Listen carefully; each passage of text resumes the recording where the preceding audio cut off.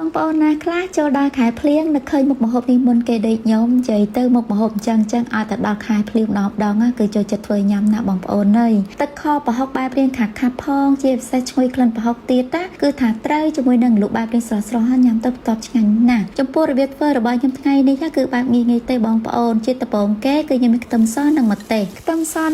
នេះគឺខ្ញុំអត់ច្រាមទេណាបងប្អូនខ្ញុំបុកវាឲ្យយកមកលីងបន្ទាប់ពីខ្ញុំលីងខ្ទឹមមើលថាចេះក្លិនឈ្ងុយដាក់ស្ករត្នោតនោះយកទៅចូលកូរវាម្សៅទៀតខនិយាយទៅតតែប្រើស្ករត្នោតបានរសជាតិមុតឆ្ងាញ់បងប្អូនរីឯប្រហុកវិញគឺខ្ញុំប្រើរៀងច្រើនដែរគឺប្រហុកសាច់ត្រីកាភ្លៀងណាគ្រឿងកាត់ឆ្អាបមានដូចជាគល់ស្លឹកគ្រៃរំដេងស្លឹកក្រូចគឺខ្ញុំយកទៅកូរជាមួយនឹងប្រហុកប្រហែលជា4ទៅ5នាទីឲ្យវាឡើងក្លិនឈ្ងុយសិនបានខ្ញុំដាក់សាច់ត្រីនឹងចូលទៅក្លុកជាមួយគ្នាក្លុកឡើងធ្វើម៉េចឲ្យសាច់ត្រីនេះចូលសព្វជាមួយនឹងក្លិនផុកសផាយគឺខ្ញុំចាប់ផ្ដើមដាក់សាច់បេជន់ដែលខ្ញុំលីងទុកនឹងបងប្អូនថែមបន្តិចទៀតសាច់បេជន់ណានិយាយទៅជាប្រភេទខផុកគឺយើងអាចខ្វះបានទេថែមទៅគឺរសជាតិឆ្ងាញ់រីឯទឹកអំពិលទុំគឺខ្ញុំលួចដាក់ចូល3ស្លាបព្រាបាយបន្លែមានត្រប់ពេជ្ញងហើយនិងត្រប់វែងក្លុកបន្លែទាំងអស់នេះឲ្យចូលសព្វជាមួយនឹងសាច់ហើយចាប់ដើមដាក់គ្រឿងទេសចូលគ្រឿងទេសមាន2មុខខ្ញុំប្រើម្សៅស៊ុបហើយនិងប៊ីចេងអាជីណូម៉ូតូ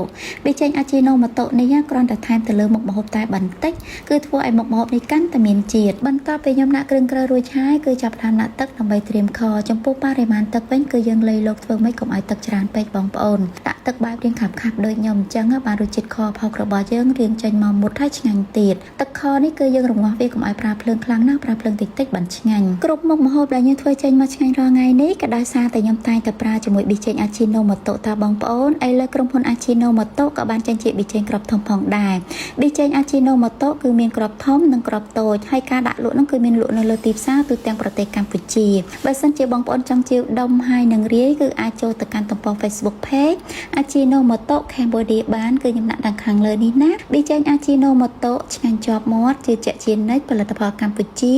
គុណភាពជប៉ុនអាជីណូម៉ូតូហើយតោះពេលខ្ញុំដាក់ទឹកចូលទៅរងាស់ខក៏ខ្ញុំប្រើពេលខ្ទង់ប្រហែលជា15នាទីទៅ20នាទីគឺទឹកខចេញមកបែបនេះបងប្អូនទឹកខបែបរាងខាប់រីឯសាច់ត្រីគឺអត់បាយទេដោយសារតែខ្ញុំខគឺខ្ញុំអត់ចូលចិត្តកូរវាចោះឡើងសាច់ត្រីរបស់យើងក្លិនឈ្ងុយអត់មានក្លិនឆ្អាបទេណាចំពោះការខបែបហ្នឹងបងប្អូនរីឯបន្លែវិញគឺថាឡើងចម្រោះមុខហ្មងមានតាំងពីទឹកសក់ផងការស្នោប្រលិតតយោងចេកតកួនការកាផ្លោកនិងជីគ្រប់មុខបន្លែនេះសិតតែជាបន្លែធម្មជាតិហើយគួបផ្សំនឹងទឹកខរៀងខាប់អញ្ចឹងទៀតគឺថាញ៉ាំជុំគ្នាឆ្ងាញ់មែនទែនបងប្អូនហើយសាច់ត្រីខ្ញុំដួសមកនេះអត់មានបាយអីមួយទេដោយសារតែការខរបស់ខ្ញុំអត់ចូលចិត្តកូរចាស់កូរឡើងកាលណាបើសិនជាយើងអាសាកូរពេកធ្វើឲ្យសាច់ត្រីវាងាយនឹងបាយសាច់ចាអញ្ចឹងហើយសម្រាប់ខផុកមួយមុខនេះជូនចំពោះបងប្អូនដែលគាត់ចូលចិត្តញ៉ាំអត់ដឹងពីរបៀបធ្វើបែបណាដើម្បីឲ្យខផុកមានរសជាតិឆ្ងាញ់អាចសាកធ្វើតាមវិធីដែលខ្ញុំរៀបរាប់នេះបានទិដ្ឋាឲ្យថាទឹកខចេញមកគឺមានជាតិហើយសាច់ត្រីនឹងក៏បានរឹងល្អដែរការបង្ហាញរបស់ខ្ញុំថ្ងៃនេះគឺមានការបង្ហាញតែប៉ុណ្្នឹងទេជួបគ្នានៅវីដេអូក្រោយទៀតអរគុណ